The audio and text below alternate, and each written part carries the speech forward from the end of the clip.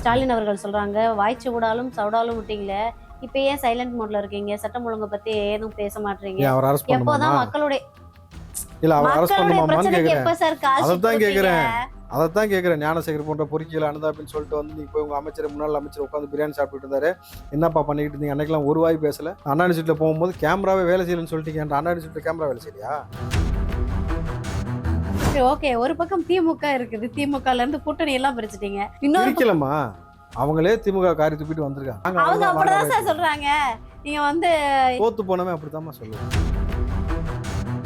4 லட்சம் கோடி மட்டும் இன்னும் எதுவுமே வளர்ச்சிக்காக பயன்படுத்தல. அந்த 4 லட்சம் கோடி மட்டும் எங்க போச்சுன்னு கண்டுபிடிக்க நினைக்கிறேன். மொத்தமாவே பாருங்க, நீங்க வந்ததுக்கு அப்புறம் ஸ்டாலின் அவர்கள் மீதும் எஃப்ஐஆர் ஃபைல் ஆகும், உதயநிதி அவர்கள் மீதும் ஃபைல் ஆகும். சீன்லேயே இல்லாமல் திடீர்னு போன எலெக்ஷன் வரும்போது சீனுக்கு வந்த சபரீசன் இருக்கிறாரு, அவர் மீதும் வழக்குகள் பதிவாகும். ஏன்னா அந்தந்த மாதிரி வழக்குகளை தொடர்ச்சியாக விசாரணைக்கு உட்படுத்தி கொண்டு போய் கொண்டிருக்கிறார்கள். இப்போ வந்து எல்லாரும் மீதும் வழக்குகள் வரும். திருச்சி கிழக்குல எதிர்கட்சியில நின்ன திமுகவுடைய இனிகோ இருதயராஜ் அவர்கள் வந்து ஒரு கம்ப்ளைண்ட் ஃபைல் பண்ணியிருக்காரு. முதலமைச்சர் விஜய் அவர்களுடைய திருச்சி கிழக்கு வெற்றின்றது செல்லாதுன்னு அறிவிங்க, குழந்தைகளை பயன்படுத்தி தான் அவர் வந்து வாக்கு கேட்டாரு, அதனால வெற்றின்றது செல்லாதுன்னு அறிவிச்சிட்டு என்ன வந்து நான் வெற்றி பெற்றேன்னு ஜெயிச்சேன்னு சொல்லுங்க. ரொம்ப சிம்பிள். ஓட்டு போட்டது யாரா? மக்கள். குழந்தைகள் இல்ல. இந்த அறிவு கூட இல்ல. உன்னை போய் எப்படி எம்எல்ஏ உங்களுக்கு ஏன்டா ஒரு குழந்தைகிட்ட தோத்துட்டு போய் பேசிட்டு இருக்கிறீங்க? அந்த லட்சத்துல ஆட்சி செஞ்சுட்டு இருக்காரு. உங்களுடைய ஆட்சி செஞ்சிருக்கிறாரு ஸ்டாலின் அவர்கள். தெரிஞ்சு போச்சா?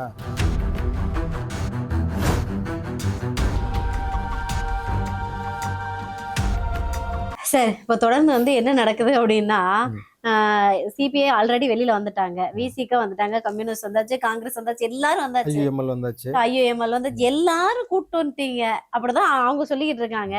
இன்னும் வந்து இன்னைக்கு ஒரு சடனா ஒரு நியூஸ் இப்பதான் பார்த்தேன். வைகோ சார் வந்து தலைமைச் செயலகத்துக்கு போயிருக்காரு விஜய் சாரை மீட் பண்றதுக்கு. எனக்கு என்ன கேக்குறேன், நீங்க திமுகவை எங்கேயாவது தனியா நிக்க வைக்கணும்னு ஒரு ஆசையில இருக்கீங்களா? திமுகவை தனிச்சு விடணும்னு ஒரு ஆசையில இருக்கீங்களா? திமுக எவனும் தொட முடியாது ஸ்டாலின் தானே சொன்னாரு. யாரும் தொட வேணான்னு ஒதுங்கி வந்துட்டாங்க. அவ்வளவுதான்மா. மதிமுக விட்டா கூட்டு வந்துருவீங்க போல கையோட. இல்ல, அவர் தான் சொல்லிட்டாரு, இனமானம் உள்ளவன் தன்மானம் உள்ளவன் இனி உயிருள்ளவரை திமுகவோட ஒருபோதும் கூட்டணி கிடையாதுன்னு வைகோ ஏற்கனவே பேசியிருக்கிறாரு. இன்றைக்கு அதன்படி வந்து இன்னைக்கு அவர் பார்க்குறாரு, புரிஞ்சுக்கிட்டாரு. தன்னுடைய கட்சியை அழிச்சதும் திமுக தான் அவருக்கு புரியுது. தன்னை வந்து கலைஞருக்கு அடுத்து அவர் தான் வந்து அரசியலை வந்து மிக பிரம்மாண்டமாக பேசப்பட்ட நபரை வந்து திட்டமிட்டு அந்த கட்சி வளர விடாமல் என்னெல்லாம் செய்யணுமோ அதை செஞ்சு அழிச்சதுட்டாங்கன்னு தெரிஞ்சதுக்கு பிறகு இன்றைக்கு ஒவ்வொரு கட்சிக்கும் உயிர் கொடுத்தது இதயமாக இருந்தது. வெறும் உடலாக சுற்றிக்கிட்டு இருந்த நபர்களுக்கு கோமால படுக்க போட்டு வச்சிருந்தாங்க திமுக. அத்தனை நபர்களுக்கும் இதயம் செயல்படுவது போல வந்து இன்னைக்கு உயிராக இருந்து உயிரை கொடுத்து இன்னைக்கு தாவேக்கா வந்து ஒவ்வொருத்தருக்கும் அமைச்சர்கள் இடம் கொடுத்து இன்னைக்கு அவர்களை வந்து அழகு பார்க்கிறார்கள் போல தன் கட்சியும் வளர வேண்டும். ஒவ்வொரு அரசியல் கட்சி தலைவர் எப்படி யோசிப்பாங்க? தான் கட்சி பெரிய லெவலில் வரணும், தான் கட்சி மக்களுக்கு சேவை செய்யணும், இப்படி தான் நினைப்பாங்க. அதுக்கு சரியான ஒரு வாய்ப்பும் சரியான இடத்துலையும் இருக்கணும். வைரமாக இருந்தாலும் மண்ணுக்குள்ளே இருந்தேன்னா வேலைக்காகாது. அது எங்கே வெளியில் வந்தால் தான் அதுக்கான மதிப்பு கிடைக்கும் போல இன்றைக்கு அவர் வெளியில் வந்திருக்காரு பொழுது திமுக தனித்தான் விடப்படும். இன்னும் சொல்ல போனேன்னாக்கா திமுக இனி உடைந்து சின்ன பின்னமாகும். நான் தான் சொன்னேனே, 2 பேர் இப்போ வரப்போறது எனக்கு தெரியும். இனி அடுத்தடுத்து அப்படி தொடரும். ஓகே, 2 பேர் வந்தோன்னா அடுத்த நம்மளாம் போகலாம், கிளம்பிடலாம். கட்சி இருக்குமான்னு தெரியலையே. அவங்களுக்கு அரசியல் எதிர்காலம் வேணும், மக்களுக்கு சேவை செய்யணும்னு நினைக்கிறாங்க. அது சரியான தலைவன் கீழே இருக்கும்னு நினைக்கிறாங்க. நம்மளுது ஆப்வியஸ்லி வந்து வருவாங்க, சும்மா வரமாட்டாங்க. உதயநிதியும் சபரீசனும் ஸ்டாலினும் செய்ததை பட்டவத்தமாக சொல்லிவிட்டு வருவார்கள், இல்ல வந்து சொல்லுவார்கள். ஓகே, வந்து எல்லாமே வந்து அம்பலமாக போகுது, எல்லாம் வெளியில வர போகுது போலயே. நிச்சயமா, கண்டிப்பா. ஓகே, ஒரு பக்கம் திமுக இருக்குது, திமுகல இருந்து கூட்டணி எல்லாம் பிரிச்சுட்டீங்க. இன்னொரு அவங்களே திமுக காரி துப்பிட்டு வந்திருக்காங்கம்மா. அவங்க அப்படிதான் சார் சொல்றாங்க. நீங்க வந்து தோத்து போனவே அப்படித்தாம்மா சொல்லுவாங்க. ஒரு பக்கம் திமுக வந்து மொத்தமா வந்து கூட்டணியே இல்லாத ஒரு கட்சியா தனிச்சு விடப்பட்டாச்சு. இன்னொரு பக்கம் பாத்தீங்கன்னா அதிமுகல இருந்து ஏற்கனவே 4 எம்எல்ஏக்கள் வந்துட்டாங்க. இன்னைக்கு பாத்தீங்கன்னா விஜயபாஸ்கர் சாரும் வந்துட்டாரு. இன்னும் அவர் வந்து ராஜினாமா பண்ணிட்டாரு. இப்ப அவரும் வரப்போறாரா தாவேகாவுக்கு அப்படின்ற ஒரு கேள்வி இருக்குது. இல்ல, நீங்க அதை அவர்கிட்ட தான் கேட்கணும். ஆஹா, ஓகே. இது வந்தாரே வாழ வைக்கும் தமிழகம்ன்ற மாதிரி வந்தாரே வாழ வைக்கும் தாவேகா, அவ்வளவுதான். வந்தீங்கன்னா உங்களை நல்லபடியாக பார்த்துப்போம், நல்லபடியாக வாழ வச்சுப்போம். நேத்து வந்தவங்க இன்னைக்கு வந்தவங்கன்ற பாகுபாடு இல்லாமல் டிவிக்கேன்ற அடையாளத்துக்குள்ள வந்துட்டேன்னா தைரியமா கெத்தா சொல்லலாம், நான் டிவிக்கேடான்ட்டு. நீ தமிழ்நாட்டுக்குள்ள எங்க போனாலும் டிவிக்கேன்னு சொல்லிட்டு நீங்கள் வந்து உங்களுடைய கட்சி பணிகளை தொடரலாம். ஒலிக்குதே சத்தம் தான், அந்த அங்க வரைக்கும் ஒலிக்குது. அதனாலதான் டிஸ்டர்பன்ஸ் ரொம்ப அவங்க வந்து ரொம்ப ஹெவியா டிஸ்டர்ப் ஆகி போயிருக்காங்க சார். நீங்க ஹாஸ்பிட்டல் போக டிஎம்கே சொல்லுங்க. ரொம்ப ரொம்ப ரொம்ப ரொம்ப டிஸ்டர்ப் பண்ணிட்டீங்க. அவரு உதயநிதி சார்லாம் வந்து ஒரு கல்யாண வீட்டுல போயிட்டு சொல்றாரு, ஏற்கனவே 4 சோபா உட்கார்ற மாதிரி இருந்தது, இப்ப 5வது சோபா, அதாவது விஜயபாஸ்கர் சாரே நீங்க இழுத்துட்டீங்க. ம். ஒரே சோபா மாடல் ஆட்சியா இருக்குது உங்க ஆட்சி அப்படின்றாரு. ம். நீங்க ஏன் சார் 4 சோபா 5 சோபான்னு மொத்தமா தனித்தனியா வாங்கிட்டே இருக்கீங்க? இல்லம்மா, முட்டாள்தனமா பேசுறதுக்கு நான் பதில் சொல்ல தயாரா இல்லை. அடுத்து என்ன சார் நீங்க எம்எல்ஏ எல்லாம் பிரிச்சு பிரிச்சு கூட்டிட்டு போயிட்டு இருக்கீங்க, உங்களை சோபா மாடல் ஆச்சுன்றாரு. உனக்கு தக்க வைக்க துப்பு இல்லை, உனக்கு கெப்பாசிட்டி இல்லைன்னு சொல்லிட்டு உன்னை துப்பிட்டு அவங்களே வெளியில வராங்க. நான் என்னம்மா பண்ணுவேன் அதுக்கு? இவ்வளவு நாள் வந்து அந்த கட்சியை வந்து ஆலமரமா வளர்த்து வச்சிருந்தாங்க. யாரு? திமுக. நான் என்ன சொன்னேன் டே ஒன்ல இருந்து? டே ஆலமரம் ஆலமரம்னு சொல்ற, உன் ஆலமரத்தை வேர்ல உப்பு போட்டு சுடுதண்ணியை ஊத்தி உன்னை ஒத்தையில தனியா நிக்க வைக்கலாம் என்னடா கேள்வி சொன்னா நடக்குதா?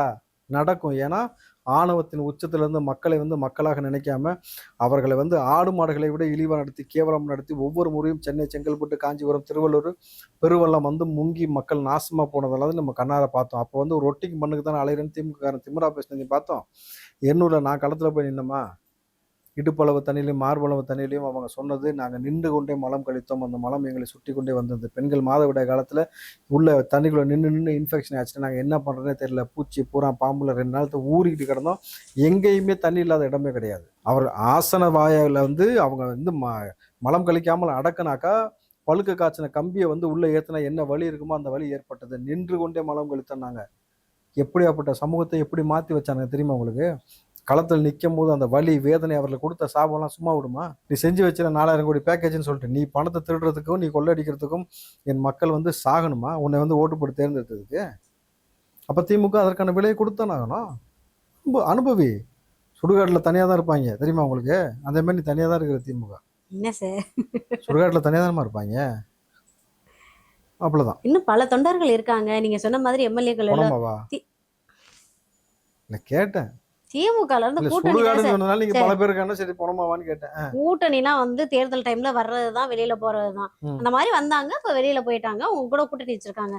மத்தபடி திமுகல இருந்து யாரும் இன்னும் வெளியில வரலையே, எந்த எம்எல்ஏ வெளியில வரலையே. திமுக பாதி பேரே முதல்ல திமுக காரன் கிடையாது, அதிமுக காரன் தானே. இப்ப திமுக காரனா தானே இருக்காங்க, அப்புறம் என்ன யாராவது வராங்களா அவங்கள நம்பி? அடுத்த தாவேகா காரனா மாறுவாங்க பாருங்க. வரட்டும், வந்ததுக்கு அப்புறமா நீங்க பேசுங்க. இன்னும் யாரும் வரல, அங்க வந்து ஸ்ட்ராங்கா இருக்கும். வருவாங்கம்மா. ஆனா தலைவர் சேர்த்துக்கிறாரு இல்லையான்னு தலைவர் கையில தான் இருக்கு, எங்க தளபதி கையில தான் இருக்கு, முதலமைச்சர் கையில தான் இருக்கு. ஆனா வரதுக்கான பேச்சுவார்த்தை நடத்திட்டாங்க. 2 பேர் இப்பவே வர்றதுக்கு ரெடி. இன்னைக்கே ஊனா ரெடி. தலைமை உத்தரவு கொடுக்கணும். வெயிட்டிங். ஸோ இன்னைக்கு சுச்சுவேஷன்ல எல்லாருக்குமே ஒரு ஏர்னிங் போதுமா அப்படின்னு கேட்டா பெரிய கொஸ்டின் மார்க் தான். வேற வேலைக்கு போகலாமா அப்படின்னா அது எப்படிங்க பாசிபிள் அப்படின்ற ஒரு கேள்வியிலும், சரிங்க இருக்கிற இடத்துல இருந்து எப்படிதாங்க நான் ஏர்ன் பண்றது அப்படின்னு கேட்டீங்கன்னா, எஸ் எல்லாருமே பண்ணலாம். இதுக்கு ஒரு சூப்பரான ஆப் இருக்குது. அதுதான் நம்மளுடைய மார்க்கெட் வோல்ஃப் அப்படின்ற ஆப். இந்த ஆப்பை நீங்க உங்க மொபைல்ல டவுன்லோட் பண்ணி 4 டிஜிட் பின் போட்டு செட் பண்ணி வச்சுக்கோங்க. ஸோ இந்த ஆப்புக்குள்ள நீங்க போனதுக்கு அப்புறமா ஃபாலோ ட்ரெண்ட் அப்படின்ற ஃபீச்சர் இருக்கும். இந்த ஃபீச்சர்ல மார்க்கெட் ட்ரெண்ட் எல்லாம் எப்படி ப்ராஃபிட்ல போகுது அப்படின்றத லைவா நீங்களே பார்க்க முடியும். ஸோ அதுக்கு ஏற்ற மாதிரி நீங்க இன்வெஸ்ட் பண்ணும்போது உங்களுக்கு ப்ராஃபிட்டோ எக்ஸ்ட்ராவே கிடைக்கும். எவ்வளவுதான் ப்ராஃபிட் கிடைக்கும் இந்த ஆப் மூலமா அப்படின்னு பாத்தீங்கன்னா, பர் டேக்கு 11,000 வரைக்கும் ஏர்ன் பண்ணலாங்க. மந்த்லி 70,000 வரைக்கும் ஏர்ன் பண்ணலாம். அது மட்டும் இல்லைங்க, ஏர்லி பாத்தீங்க அப்படின்னா கிட்டத்தட்ட 5 lakhsக்கு மேல ஏர்ன் பண்ண முடியும். அவ்வளவுதானா, இதுல வேற ஏதாவது இருக்கா அப்படின்னு கேட்டீங்கன்னா, இதுல இன்னொரு சூப்பரான ஆப்ஷன் இருக்கு. அது என்ன அப்படின்னு கேட்டீங்கன்னா, இன்பில்ட் ஸ்டாப் லாஸ் அப்படின்ற ஒரு ஆப்ஷன் தான். இது என்ன பண்ணும் அப்படின்னா, உங்களுக்கு இன்கேஸ் நீங்க இன்வெஸ்ட் பண்ற அமௌண்ட் லாஸ் ஆகுது அப்படின்னா, இது ஆட்டோமேட்டிக்கா என்ன பண்ணும், லாஸ் ஆகக்கூடிய அமௌண்ட்டை அப்படியே ஸ்டாப் பண்ணி உங்களுடைய இன்வெஸ்ட்மெண்ட்டை சேஃபா பத்திரமா வச்சிருக்கும். ஐ வெயிட்டிங் அப்படின்ற மாதிரி. ஓகே, ஒரு பக்கம் வந்து உதயநிதி அவர்கள் வந்து கல்யாண வீட்டுல போயிட்டு கத்திட்டு இருக்காங்க. இனி காலத்துக்கும் புலம்ப வேண்டியதா இருக்கும். நீ கல்யாண வேலத்துல இருந்து கக்கூஸ் வரைக்கும் நீ உட்காந்து தனியா புலம்புதான் போற. இதான் நடக்கும் வரலாறு. நீ என்னைக்கு என் மக்களை பரிதவிக்க விட்டியோ, ரோட்ல ஒருவேளை சோத்துக்கு வழி இல்லாத அளவுக்கு நீ கொண்டு போய் நிப்பாட்டினியோ, வேங்க வேலை மலங்கலக்கு வச்சு அந்த மக்களை வந்து அல்லோலப்படுத்தி அவன் மீதே வழக்கு பதிவு செஞ்சீங்களோ, ஒரு முறை கலாச்சாரம் மாதிரி நடந்த பிறகு திரும்ப 2வது முறை நடக்கிற அளவுக்கு நீ வந்து அஜாக்கிரதையா இருந்தோ, என்னைக்கு அண்ணா யூனிவர்சிட்டிக்குள்ள வந்து அனுதாபி ஒன்று இருக்கக்கூடிய நபர் திமுக அனுதாபி ஞானசேகரன் உள்ள போனதுக்கு பிறகு திமிருத்தனை எடுத்து அந்த பெண்ணுடைய பாதிக்கப்பட்ட பெண்ணுடைய தகவலை நீங்க வெளியே கசிய விட்டீங்களோ, தொடர்ச்சியாக போன ஆட்சியில் வந்து 10 வயது சிறுமி பாலியல் வன்புணர்வு செஞ்ச பொழுது அதை கம்ப்ளைண்ட் கொடுக்க போனவன் பெற்றோரே அரசியல் தலையீடு காரணமாக பெற்றோரை நிர்வாணப்படுத்தி அடிச்சிருக்காங்கம்மா அவங்க. புரியுதுங்களா? எல்லாமே இருக்குல்ல. அப்போ நீ ஆட்சி அதிகாரத்தில் உட்காந்து மக்களை இவ்வளோ வதச்சல, உன்னை எப்படி விட்டுருவாங்க துணியா? நீ நான் சொன்ன மாதிரி சுடுகாட்டில் இருக்க மாதிரி நீ தனியாக மூச்சு நிற்ப. நீங்க சட்டம் ஒழுங்கை வந்து வென்டிலேட்டர்ல வச்சிருக்கீங்கன்னு உதயநிதி சொல்றாரு. ஒரு பக்கம் வந்து முன்னாள் சிஎம் ஸ்டாலின் அவர்கள் சொல்றாங்க, வாய்ச்சி விடாலும் சவுடாலும் விட்டீங்களே, இப்ப ஏன் சைலண்ட் மோட்ல இருக்கீங்க? சட்டம் ஒழுங்கை பத்தி ஏதும் பேச மாட்டீங்க? ஏன் அவர் அரெஸ்ட் பண்ணுமாமா? எப்போதான் மக்களுடைய இல்ல அவர் அரெஸ்ட் மக்களுடைய பண்ணுமாமான்னு பிரச்சனைக்கு கேக்குறேன். எப்ப சார் கால் ஷீட் அதைத்தான் கொடுப்பீங்க? கேக்குறேன். அதைத்தான் கேட்குறேன். ஞானசேகர் போன்ற பொறுக்கியில் அனுதாபின்னு சொல்லிட்டு வந்து நீங்க போய் உங்க அமைச்சர் முன்னாள் அமைச்சர் உட்காந்து பிரியாணி சாப்பிட்டுட்டு இருந்தாரு. என்னப்பா பண்ணிக்கிட்டு இருந்தீங்க? அன்னைக்கெல்லாம் ஒரு வாய் பேசல. அண்ணா யூனிவர்சிட்டியில் போகும்போது கேமராவே வேலை செய்யலன்னு சொல்லிட்டீங்க. அண்ணா யூனிவர்சிட்டியில் கேமரா வேலை செய்யலையா? நான் செய்யல கேட்குறேன். செய்யல. அந்த சுற்று வட்டாரத்தில் எங்கேயுமே வேலை செய்யல இல்லையா? சட்டம் தன் கடமையை செய்யுமா? இப்போதானே ஒருத்தனை தூக்கி வச்சு குண்டாசு போட்டிருக்கு. அவ்வளோ ஆபாசமாக பெண்களை கொச்சையாக பேசிக்கொண்டு கட்சி தலைவர் எல்லாத்தையும் பேசிக்கிட்டு இந்த மாதிரி பொறுக்கியை வளர்த்து விட்டாங்கல்ல. திமுகவால காப்பாற்ற முடிஞ்சா? முடியல. திமுகவை நம்பி போனா உனக்கு இதான் நிலைமை. பத்திரிகையாளரோட கருத்து சுதந்திரம் அவன் பத்திரிகையாளரே கிடையாது மாமோல. அவன் பத்திரிகையாளரே கிடையாது. புரியுதுங்களா? அவனுடைய வரலாறு நீங்க எடுத்து பாருங்க தெரியும். யூடியூப்குள்ள வந்துட்டாப்ல, கையை காலை பிடிச்சி பேரு இலங்குன்னு கேட்டு சேனல்ல வந்து சேர்ந்துட்டாப்ல. அவரோட வரலாறு நடவடிக்கை அப்படின்னு தான் சொல்லப்படுது. ஏன்னா நீங்க சொல்லுங்க, ஒரு பெண்ணா சொல்லுங்க, பெண்களை இழிவாகவும் கேவலமாகவும் கொச்சையா பேசினவனை கைது பண்ணது சரியா தவறா? நீங்க ஒரு ஊடகவியலாளர் சொல்லுங்க, ஒரு பெண்ணா சொல்லுங்க, சரியா தவறாமா? சரிதாஸ். அப்ப எப்படி பழிவாங்க? அவங்க இப்ப மாரிதாஸ்லாம் நீங்க கைது செஞ்சது வந்து பழிவாங்கும் நடவடிக்கை தான். பத்திரிகையாளர்களை தொடர்ந்து குறி வச்சு அவதூறு பேசி பேசி அழிந்து போன நபர்கள்ல பல நபர்கள் இருக்கிறாங்க. இன்னைக்கு அதே மாதிரி ஆக்ஷன் கிங்னாலே சொல்லியிருக்கேன்ல, சினிமாவில் ஆக்ஷன் கிங் அர்ஜுனாக்கா அரசியல் ஆக்ஷன் கிங் வந்து ஆதவ அர்ஜுனா அவர்கள். தேவையில்லாத ஒரு நபரை வந்து அவர் குடும்பத்தோடையும் அவரோடையும் ஒப்பிட்டு பேசியதால யார் முன்னாள் முதலமைச்சர் ஸ்டாலின் பேசுனதுக்காக இன்னைக்கு ஆதவ அர்ஜுனா ஓலை அனுப்பிச்சிருக்காரு. 1 கோடி ரூபாய் வந்து மான நஷ்ட வழக்கு கேட்டு வழக்கு போட்டு அனுப்பிச்சிருக்காரு. பொழுது தொடரும். நீங்கள் பாருங்கள், நீ ஸ்டாலின் அவர்களுக்கு கொடுக்கக்கூடிய நெருக்கடி, நான் அரசியல்லே இல்லைப்பா நான் ஓய்வு பெற போறேன்ற அறிக்கையை வந்து சீக்கிரம் வெளியிடுவார். நீங்க ஸ்டாலின் சார் மேல எந்த கம்ப்ளைண்ட்டுமே கொடுக்க முடியாது. ஏன்னா அவர் மேல ஒரு வழக்கு கிடையாது, நிரூபிக்கப்பட்ட வழக்குன்னு ஒண்ணுமே கிடையாது. அவர் மேல நீங்க என்ன வழக்கு போடுவீங்க? எப்படி கைது பண்ணுவீங்க சொல்லுங்க பாருங்க. இல்ல நீங்களே சொல்லுங்க. அவர் மேல இதுவரை அவர் கிளீனா இருந்திருக்காரு சார். 4000 கோடி பேக்கேஜ், 4000 கோடி பேக்கேஜ் எங்க போச்சு? தவறு நடக்கிறதுக்கு காரணம் யார்? முதலமைச்சராக தானே இருக்கீங்க. சொல்லுங்க, ரொம்ப சிம்பிள். நிறைய இருக்கு. இது வரைக்கும் அரசாங்கத்தில் இருந்து கொண்டு கனிம வளங்கள், இயற்கை வளங்கள் மூலம் கிடைக்கக்கூடிய ரெவன்யூ எதுவுமே கவர்மெண்ட்டுக்கு வராமல் வெளியில் போயிருக்கு. எங்கே போயிருக்கு? யார் காரணம்? கூடிய சீக்கிரம் பாருங்க யார் மீதெல்லாம் வழக்கு பதிவு செய்யப்படுதுன்னு. 4 லட்சம் கோடி மட்டும் இன்னும் எதுவுமே வளர்ச்சிக்காக பயன்படுத்தல. அந்த 4 லட்சம் கோடி மட்டும் எங்க போச்சுன்னு கண்டுபிடிக்க மொத்தமாகவே பாருங்க. நீங்க வந்து அதுக்கப்புறம் ஸ்டாலின் அவர்கள் மீதும் எஃப்ஐஆர் ஃபைல் ஆகும், உதயநிதி அவர்கள் மீதும் ஃபைல் ஆகும். சீன்லேயே இல்லாமல் திடீர்னு போன எலெக்ஷன் வரும்போது சீனுக்கு வந்த சபரீசன் இருக்கிறாரு, அவர் மீதும் வழக்குகள் பதிவாகும். ஏன்னா அந்தந்த மாதிரி வழக்குகளை தொடர்ச்சியாக விசாரணைக்கு உட்படுத்தி கொண்டு போய் கொண்டிருக்கிறார்கள். A ஸ்கொயர் B ஸ்கொயர்னு சொல்லி பாருங்க, தெரியும் என்ன ஸ்கொயர் வருதுன்னு. அப்போ வந்து எல்லார் மீதும் வழக்குகள் வரும். ஓகே. ஸோ இதுக்கு முன்னாடி நீங்கள் பார்த்துருப்பீங்க, தொழில்துறை அமைச்சராக இருக்கக்கூடிய கீர்த்தனா மேம் வந்து ஒரு ரீல்ஸ் போட்டிருந்தாங்க. அந்த ரீல்ஸில் வந்து தொழில் வந்து நீங்கள் பண்ணணும், முதலீடு பண்ணணும்னா இங்கே வந்து பண்ணிக்கலாம் தமிழகத்தில் அப்படின்னு. அதை வந்து பெருசாக பேசு பொருளாக்குனாங்க. இங்கே எல்லாருமே இந்த ரீல்ஸ் போட்டுட்டு தொழில் முதலீடை ஈர்க்கிறதுக்கு ட்ரை பண்ணுறாங்க. தாவேக் அரசுனாலே ரீல்ஸ் மாடல் அரசு அப்படின்ற ஒரு பேரையும் சொன்னாங்க. பட் இன்னைக்கு வந்து ஒரு சூப்பரான விஷயம் நடந்திருக்குது. நீங்கள் பார்த்துருப்பீங்கன்னு நினைக்கிறேன். ஏன்னா கப்பல் கட்டுமானத்துறை கட்டுறதுக்காக இங்கே கிட்டத்தட்ட 38,000 கோடி இன்னைக்கு வந்து முதலமைச்சரை பார்த்து கையெழுத்திட்டு இருக்காங்க. இதை எப்படி பாக்குறீங்க? இது வந்து ஒரு பதிலடியா நம்ம எடுத்துக்கலாமா? ஆமா, நேரடியாக 15,000 பேருக்கு வந்து வேலை வாய்ப்பு ஏற்படக்கூடிய விஷயமா இருக்குது. நம்மளுடைய தொழில் வளத்துல அது மிக முக்கியமானதா இருக்கு. நீங்க 38,000 கோடி தமிழ்நாடு அரசை சார்ந்து இங்க உள்ள வருது அப்படின்னும் பொழுது தமிழ்நாட்டுக்கு இது எவ்வளவு பெரிய ஒரு வளர்ச்சியை ஏற்படுத்தணும் ஒன்று. தூத்துக்குடியில தான் ஆரம்பிக்கிறாங்க அப்படின்னும் பொழுது இது வந்து ரீல்ஸ்ன்ற விஷயமே பார்த்தீங்கன்னா பொய்யான விஷயத்தை சித்தரிக்காமல் நம்ம என்ன செய்யறோமோ அதை கொண்டு போய் மக்களுக்கு சேர்ற வகையில தான் இன்னைக்கு அவங்க செய்யறாங்க. அதை வந்து பொறுத்து கொள்ள முடியாம நீங்க பண்ணிக்கிட்டு இருக்கீங்க. 2 சின்ன பிள்ளைய கூப்பிட்டு ரீல்ஸ் போட்டால் தானே எம்எல்ஏ கூட இல்லாத ஸ்டாலின் அவர்கள், அதாம்மா எம்எல்ஏ கூட இல்லாத ஸ்டாலின் அவர்கள் வந்து சின்ன பசங்களை கூப்பிட்டு ரீல்ஸ் போட்டாங்க. நாங்க முதலமைச்சரா இருந்தோம்ல. இப்போ என்னவா இருக்கீங்க? வீட்டுல இருக்கா சார். அவ்வளவுதான். அன்னைக்கு நீ செஞ்ச தப்பு, இன்னைக்கு வீட்டுல உட்காந்துருக்கீங்க. கல்யாண வீடு போயிட்டு ஒப்பாரி வைக்கிறீங்க. அதை அவங்ககிட்டயே காசு வாங்கிட்டு அவங்க வீட்லயே போய் ஒப்பாரி வைக்கிறீங்க. அதான் கொடுமையா. அதுக்கெல்லாம் எதுவும் எண்டு கிடையாதா? அதுக்கெல்லாம் எதுவும் எண்டு கிடையாதா?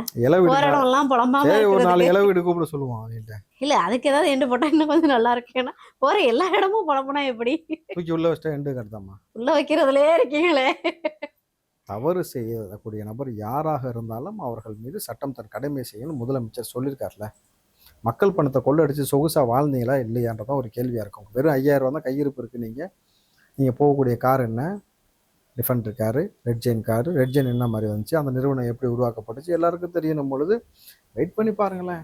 இதுக்கு ஏதாவது உழைச்சு முன்னுக்கு வந்திருப்பாங்க. ம்? உழைச்சு ஏதாச்சும் முன்னுக்கு வந்திருப்பாங்க. எதை உழைச்சு?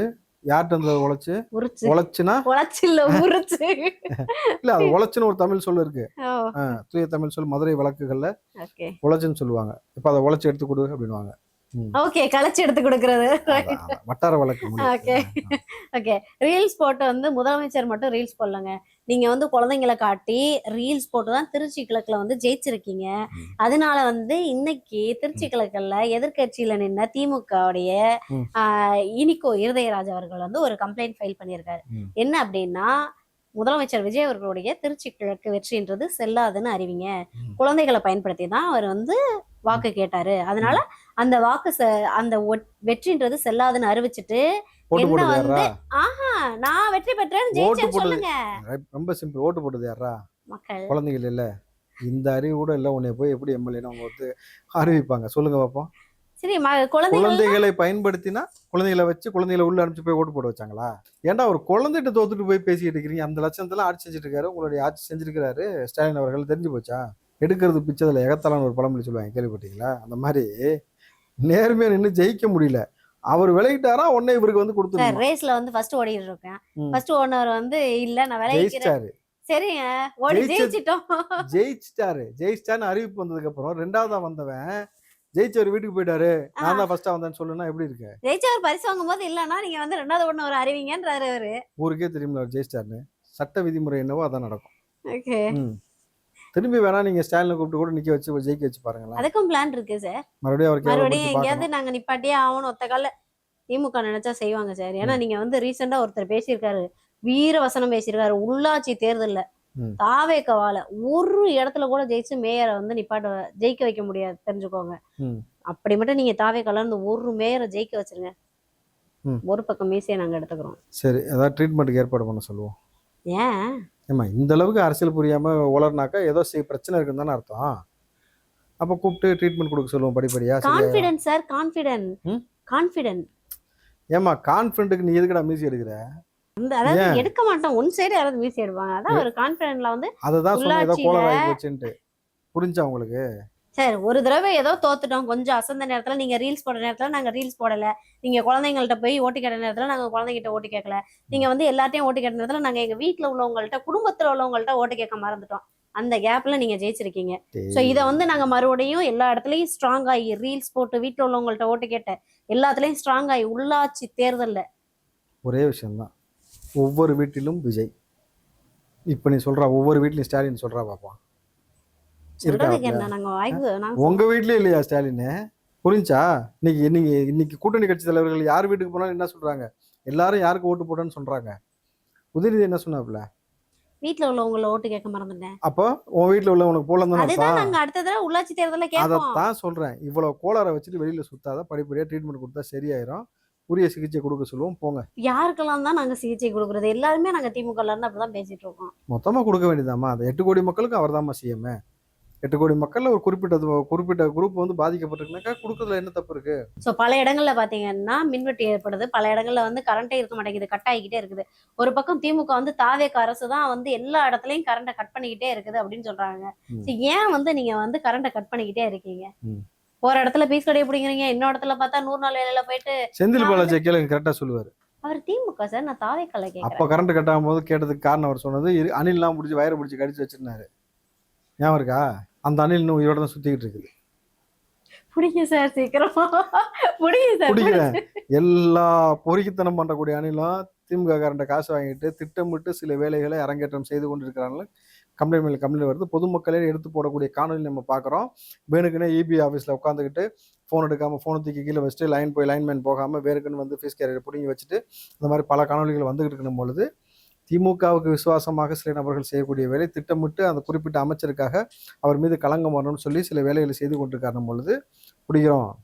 அணில், பெருச்சாளி, ஆடு, வீடு என்னென்ன இருக்குதோ இந்த மாதிரி செய்யக்கூடிய சேட்டை செய்கிற பசங்களை மொத்தமாக பிடிக்கிறோம்.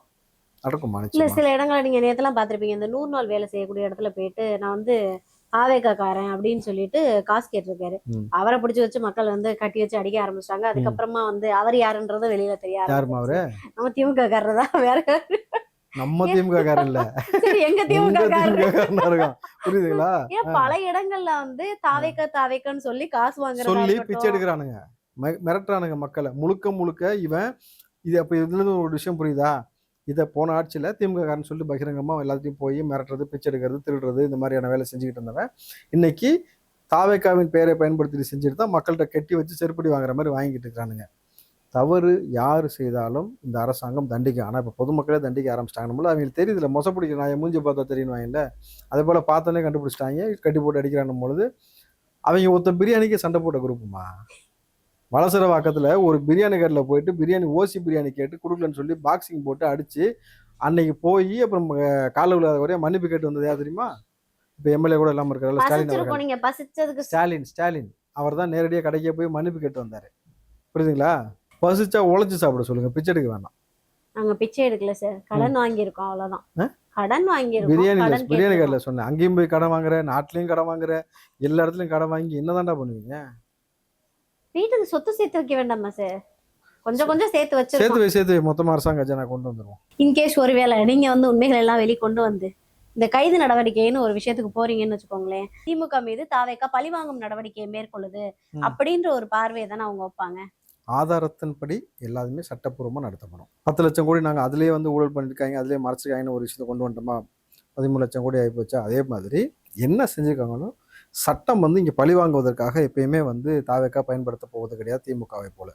சட்டத்தில் என்ன விதிமுறைகள் இருக்கோ, என்ன சொல்கிறாங்களோ அதன்படி வந்து ஆதாரத்தை கொடுத்து அதன் அடிப்படையில். ஏன்னா இவங்களை வந்து சும்மா பேருக்கு பழி வாங்கணும்னு கைது பண்ணிட்டு இவங்களை வந்து திருப்பி தப்பிக்க விட்டு அந்த லூப் போல வச்சு இவங்க வெளியில் வருவதற்கு தயாராக இல்லைன்னும் பொழுது உரிய ஆதாரத்தோடு வந்து நீதிமன்றத்தில் சமர்ப்பித்து பர்மனெண்ட்டாக உள்ள வைக்கக்கூடிய வேலையை தான் தவறு செய்தவர்கள் மீது சட்டம் நடவடிக்கை எடுக்குமே தவிர பழி வாங்க வேண்டிய அவசியம் நமக்கு என்னமா இருக்குது? ஒட்டுமொத்தமாக இவர்கள் நல்லவர் இல்லை, திருடுத்தனம் பண்ணியிருக்கிறாங்கன்றது ஊருக்கே தெரிஞ்சதுனால தான் 16 அமைச்சரை தோல்வி அடைய வச்சிருக்கிறாங்க. ஸ்டாலினை எம்எல்ஏ கூட வரவிடாமல் வெளியில் வச்சிருக்கிறாங்க, சட்டமன்றத்துலேயே வர விடலன்னும் போது மக்களுக்கு ரொம்ப தெளிவாக தெரிஞ்சிருச்சு திருடுத்தனம் பண்ணியிருக்காங்கன்ட்டு. இப்போது சட்டம் இங்கே இருக்கிற ஆட்சி என்ன பண்ண போகுதுனாக்கா அதற்கான ஆதாரத்தை கொடுத்து தன் கடமை செய்ய போகுது, அவ்வளோதான். ஓகே. ஸோ மீண்டும் ஒரு நேர்காணலில் சந்திச்சு உங்ககிட்ட இன்னும் என்னென்ன மாதிரியான அதிரடி மாற்றங்கள் நடக்குது அப்படின்றத கேட்டு தெரிஞ்சுக்கிறேன். ஸோ நன்றி சார். நன்றிம்மா. நான் சொன்ன மாதிரி மார்க்கெட் வோல்ஃப் ஆப்போட லிங்க் டிஸ்கிரிப்ஷன்லையும் ஃபர்ஸ்ட் கமெண்ட்லையும் இருக்குது, டவுன்லோட் பண்ணி யூஸ் பண்ணுங்கள்.